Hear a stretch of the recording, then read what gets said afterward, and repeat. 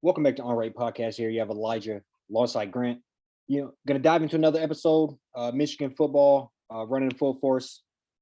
Headed against Iowa this week on the road. JJ's first road game, our first road game of the season, first road start, I should say.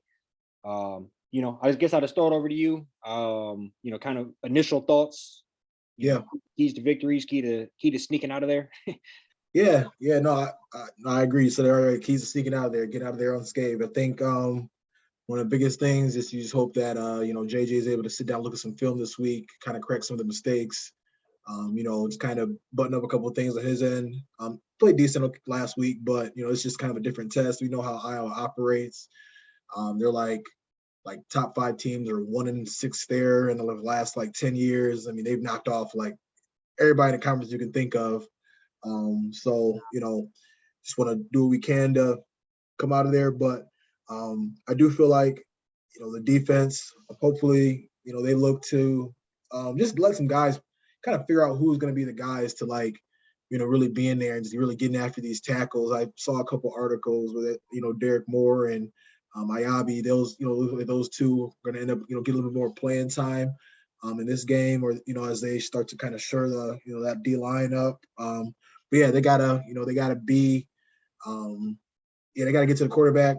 Put pressure on the quarterback. Quarterback's pretty subpar. I'd say probably the bottom half when it comes to quarterbacks, just in the Big Ten from like a ranking standpoint. And it's can't beat ourselves. We gotta play great defense. We gotta get a couple turnovers and let's do what we can to come out with a victory. Yeah, so I would say Iowa, obviously, they put out we played them in the Big Ten championship last year. They put out a very formidable team, every handful of years, always competitive. So I would say you never want to go down there and play. They always play very fired up. It's a tough place to play. They got the hospital above the stadium. They got a lot of emotion and atmosphere while down in, is it Iowa City, I guess?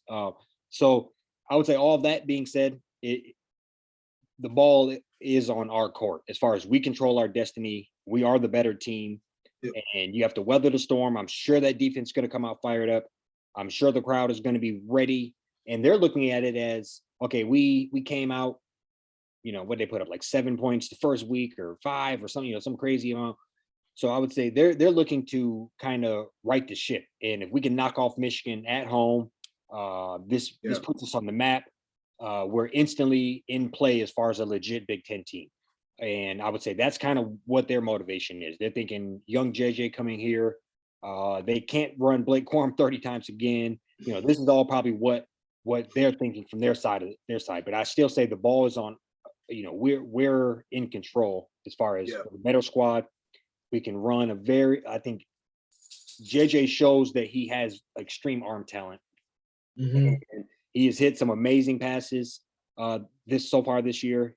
He's made some great reads, and he has missed some wide open passes and completely missed reads. So I would say, it's been a real teeter-totter back and forth with him as far as that. But that being said, I think he has like just shy of 700 yards, 5 touchdowns, a pick. He is playing well, considering we have a third of all of our touchdown passes we had last year with Cade. Right. So I think like you said, have him go in, settle down, settle in. Obviously, you're going to lean on Blake Corum, and he's I think he's proven he could be a bit of that workhorse. Yeah. I don't want to see him get 30 carries every night, every game, but I do think that might be the recipe overall. So I kind of think just lean on him. Yeah. And I want to say, push the ball down the field. Just to finish up. Turnovers, limit the turnovers, and try to get some turnovers. I really think that's what it's going to come down to is keeping the ball and trying to steal a couple extra possessions, because I think this is definitely not going to be a shootout. So every little field goal, every little decision like that is going to come a big decision. Yeah, sorry to cut you off there too, but in an interview, it sounds like JJ McCarthy kind of hinted at Donovan Edwards being back this week, or being available to play. So I think even one thing too, we do got some key guys out right now. Donovan Edwards is out for a couple of weeks. Nakai Hill-Green was out for a couple of weeks. I heard he'll be, back and available. He's a starter on the defense last year, so it'd definitely be good to get him back. And then Eric Hall, we don't know what's wrong with him. He was kind of like warming up, before the game last week, but wasn't dressed. Didn't play like really at all. So I think just kind of getting those two guys, especially getting Edwards in the backfield, to help out with Corum. I mean, I can't see why we can't just. It's maybe one of them games. I know we got the Ferrari, starting at QB now and want to, be all crazy and flashy. But I mean, I can't see why this can't be one of those games too, where if we run that ball, 4 or 5 yards in a cloud of dust, we got 4-star to 5-star in the backfield. We might as well just let them, really kind of work that defense and, try to like work that and then start to kind of get after this team, in the air, with JJ throwing. So I'm feeling optimistic. Like I said, it's always, I know like that first quarter, it's always kind of like tense. And I just feel like, might kind of be kind of rocky. I mean, they're, chomping at the bit, going to come out. That's the same what they did in the Big Ten championship. Had 2-3 drives, got the scripted plays and working on all week. But yeah, I do have confidence that we should be able to settle in, second, third quarter, or second quarter, and really just be able to impose our will on them. No, I agree. I think if Edwards can come back and just take a little bit off the top, as far as get Corum down to like 23 carries or something, somewhere right around off the backfield. Yeah, yep. And I think he's obviously very versatile. He had a touchdown pass in Big Ten championship versus Iowa last year. He catches the ball out of the backfield a little. So I think just having him back there is just another tool that we have, and I don't think we're shy of having those players. They're kind of scattered all around, but I think you're right. Try to establish the line of scrimmage as far as running the ball, and take care of that. Defense, it will be time for them to really expose the weaker quarterback, expose, how bad their offense is, and hopefully, that's one thing. Yeah, keep them from moving the ball altogether. Just kind of, if we can limit them to, call it 10, 14 points, which I think is very doable with our defense and how poor their offense has been this far. Our offense should be able to manage the rest of it. I can't, it's just not going to be, I can't imagine it being a high scoring game, but also it might be one of those things where they do get lucky and just break one. So you do have to come and put the points up. You have to imagine that you're going to, you're going to have to put the points up. That's kind of how I would look at this is we're going to have to put a decent amount up. Yep. Because, they could break it at any point in time. You can't be trying to hover around 14 points yourself. Right. Yeah. Because that's happened in 2016. Like I think we lost like 14-13. I don't even think they even scored a touchdown in that game. Or they might have scored one and got a field goal and like a safety or something. Something weird, very weird happened last time too. But yeah, like you said, we gotta just get in there and distance ourselves. And I even think too, like I said, that quarterback, Taulia is probably top 3, top 4 best quarterbacks in the conference. Arguably, I'd say. I don't know if I'm missing anybody, but and it's a whole like that. He's like 5'11", 5'10", 180, 190, weaving in and out of the pocket when it starts to break down. I mean, this guy is 6'5", 6'6", can hardly run. I expect them to really be able to I watched a couple of just like clips and some interviews today, just like I was kind of seeing what they sound like on the other side. And I mean, he's talking about against Iowa State about footwork and how he needs to get better and how he's just doesn't seem confident. They're booing him as he's getting announced at the stadium. And like I said, we're very well aware this could all kind of be because they're on their side saying all these things the opposite way and how it's going to motivate them. But I'm just like they're already feeling they're a 3-1 team, but it's kind of like a little rocky. They come kind of came out. So we got to make sure we don't play like not even like I don't even want to like disrespect them, but like down to where they're at. Like you know what I mean. But we want to like they're already kind of what I've been reading about them. They're already kind of like all right, like we can't score. You know what I'm saying? So I feel like we got to just handle business and just not get in our own way. And Agreed. And it might be one of those things where I feel like we should go down there and expose them. That's honestly, yeah, that's how it feels. if you want me to say it, the bottom of my heart, I feel like we should go down there and expose them. Yep. But it is one of those situations where if you try to get too cute, too sexy, pass a Right. little bit too much, they could sneak up and get you. So I think, we have to go and play handed and play, dominating football is Right. really what it is. And then let the big plays come. Yep. If Corum is getting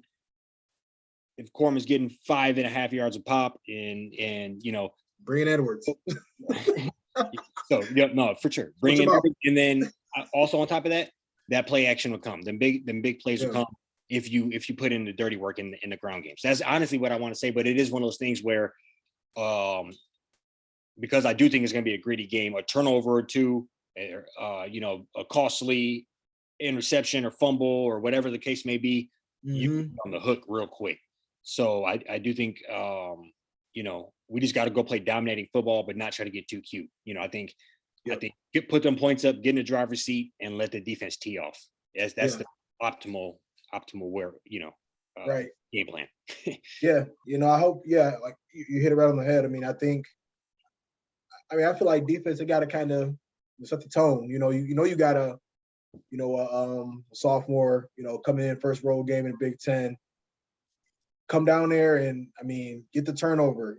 Get that first turnover early in the first, or just stop. Stop that. Get that first stop on that first. Get that first 3 and outs. Do whatever you can to kind of give them the offense confidence they need. Because I think between like last game, defense definitely played better than the offense did. There's no question there. So, I think they got to make sure I feel like they need to come in and just really be like, imposing their will on that offense too. And I also hope too, like going back to the offense, man, like, no, maybe I'm a little far-fetched, but I know sometimes like there's already kind of talk about the, both offensive coordinators, and, I know we got, JJ, great arm. I hope it's not anything of like, I think they've been using him as good, and, he threw a ball quite a bit the other day. I just hope they're not really trying to get too pretty with it. I just hope they really, have a conversation like, hey, we just need to really make this like a 60-40, 50-50 run to pass, whatever that looks like. I just hope, the game plan is just set up, has set up for success, and not just making him gotta like, do everything too. So. No, I completely agree. Overall, I just feel pretty good. I don't know if you want to jump out the window with a score prediction or not, but yeah, I think, so I think we'll go like 27-10. I can see them, getting a score early.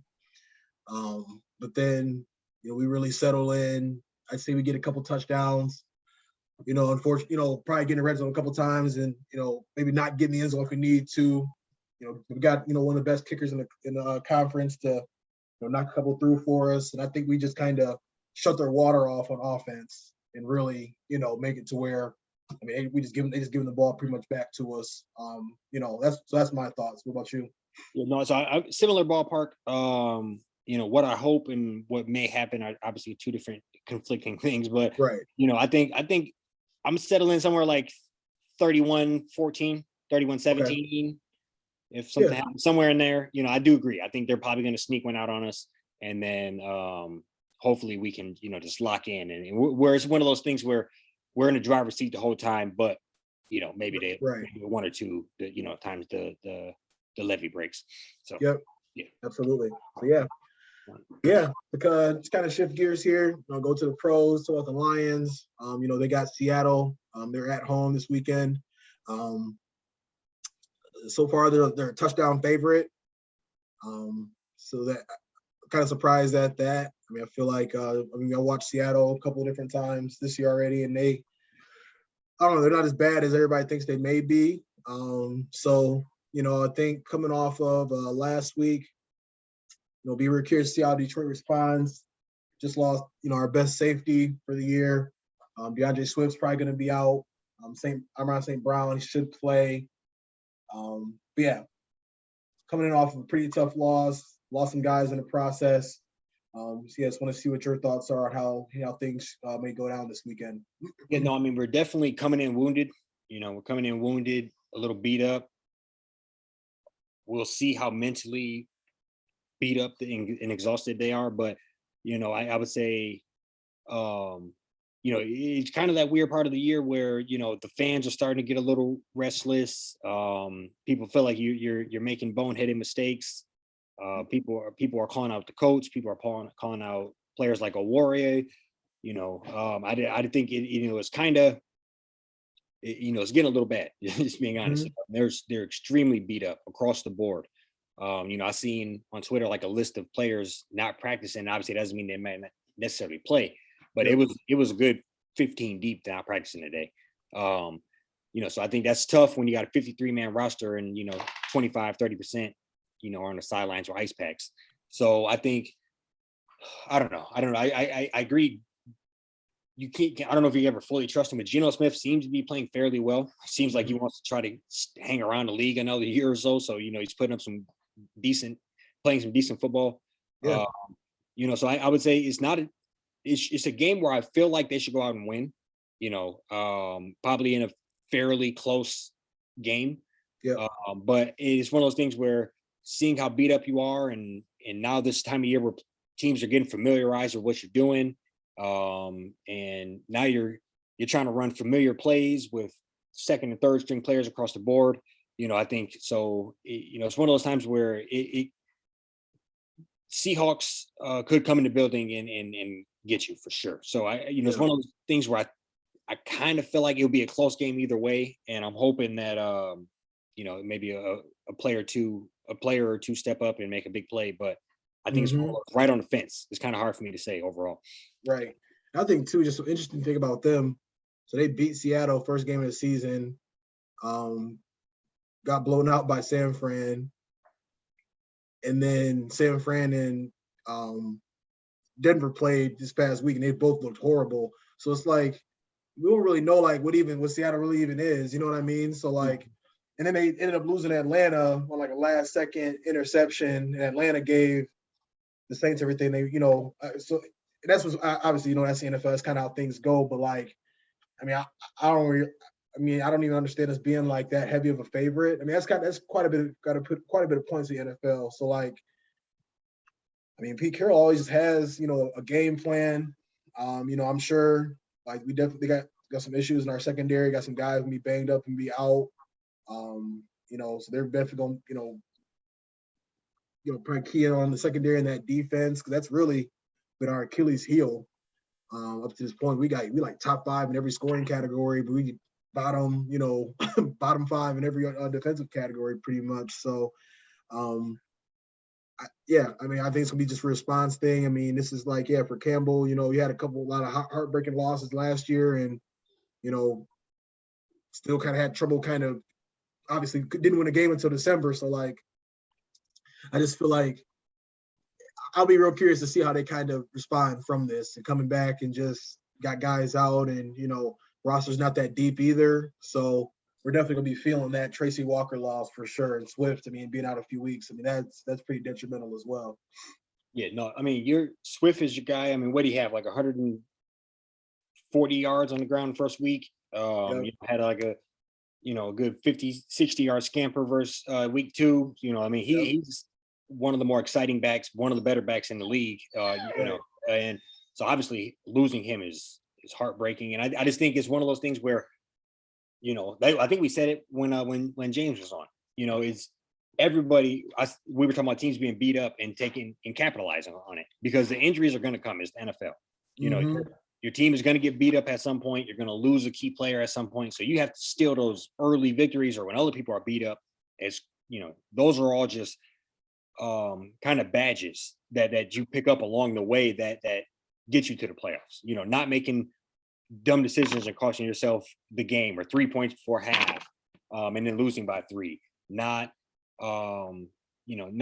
capitalizing when all the teams are beat up, or whatever the scenario is, and then you look up and you could be 500, but instead you're 5-9 or whatever. So I just think it's kind of rough. And so this is another one of those games where you can go and get it and kind of correct ship here and make it a badge of honor. Like you didn't get your first win till to December of last year, and having 2 wins in the first month, that is actually something. To come out, you view the season quarter by quarter. quarter by quarter, and then Yep. you capitalize the first quarter of the year, that's something. So you build upon that. I just think it's tough. And then I just looking at, you got to go against DJ Metcalf. Lock it. Yep. Yeah. I don't know. It's kind of, Gino definitely has one thing about Gino is I feel like he has a big enough arm, or definitely talented enough to force the ball to Metcalf enough, where, you could get burned a handful of times. And then I just, he's been playing awesome, amazing, but Okuda, could you keep it up again? Now you're going against Metcalf, another top flight receiver, bigger, physical, got the burners. I just kind of, you got to do it all again. Things that are going well could easily stop going well for you. Something that you've been depending on, because that's not, we haven't seen that week in and week out. This is kind of a outlier for him. Yeah, that was one at least good bright spot. I know we already kind of talked about last game, but yeah, Okuda. But that just, man, it's like, you pretty much did the same thing that the Eagles were able to do to Jefferson, and still found a way to not pull that out. But at least it is good to see Okuda, starting to come on. Even more pressure is going to be on him. Oruwariye on the other side. I don't know who's going to be on who, but he's got to stop with all the penalties. That was insane what happened against Minnesota. But like I said, we got the guy. I don't think Walker was a Pro Bowl or anything, but they definitely like a anchor in that secondary. And you already said too, Geno Smith got something to prove too. I know he's already super motivated. They came off a loss as well, so nobody wants to go 1-3. Yep. It's really, to me, it's a toss up as far as who's going to win this game. I just gotta. These are the ones, though. You know what I'm saying? These are the ones they're expecting you to, be able to take and steal. And you had one that you probably weren't really expected to win last week. So you gotta, this would be a big one if they're able to just kind of go 2-2 to start September out. Yeah, I agree, and I think I don't know, man. It's just kind of, I don't know. I feel like the city's kind of, I feel like I don't know how to explain this, but basically Dan Campbell is more or less on the hot seat. I think, looking back to all of the podcasts and the talk of the town around the time of Hard Knocks, this was a game that people said, we're beating the Seahawks for a fact, 100%. We got the Seahawks, we got the Commanders, so I think, people had us marked at 2 wins right here. Those were the 2 that people thought we could get. And, you talk to anybody, watch any podcast from over the summer, people seen the Seahawks come across at home. That was a dub. And I just, it shows you kind of the realization of where we are, 4 weeks in, that we don't know, and I think, and honestly, the fact that they're probably in tank mode and we're in rebuilding mode is kind of and it's kind of a toss up is, interesting. I think the Seahawks would love to go ahead and a lot of people probably around Seattle would love to lose a lot of games and go ahead and get a CJ Stroud or somebody like that with a top pick. So, it's kind of, it shows you that's the new name. That's starting to kind of, they found another one they wanted to just. Yep. Yeah, no, we'll get to that when the time comes. But yeah, overall, I think I'm gonna go ahead and say, I just had to be real with myself. And I'm gonna go ahead and mark them down for another loss. And I'm gonna go 31-20 Seattle. Yeah, man. As bad as I just want to say they'll pull it out 24-17 or 24-20, I don't know. I think I'm gonna go ahead and say I picked them win last week. It was looking like that for a little while. Then they just gave up they got it taken away from them. But I'll go 23-20 Seattle. I think it's just a good game, and they just find a way to pull away late. That's just, I think it'll come down to Pete Carroll versus Dan Campbell, just who's kind of controlling those key moments, and who and what that looks like. So yeah. Yeah, no, and I just thought of this random as hell. Would you over or under 5 fourth down attempts? Oh, I don't know, man. We go for it like a mug, man. Yeah. I mean, you like it when it hits, but it's like you go into the well too much, bro. Like it's it's only a matter of time. Like you gotta pigs get fed, hogs get slaughtered. That's how I look at it. facts. I know old dude had a couple kicks he missed, but like I just we already know what that is. I'll say under. I'll say under. Be real conservative this game. Yeah, no. Yeah. Yeah. No, for sure. Yeah, you got anything else for the people? That's all I got, man. Just looking forward to a good weekend. Just real excited about that Michigan game, and yeah, just hope the Lions can, make me a believer this weekend. I feel you. Yes, sir. Go blue. Yes, sir.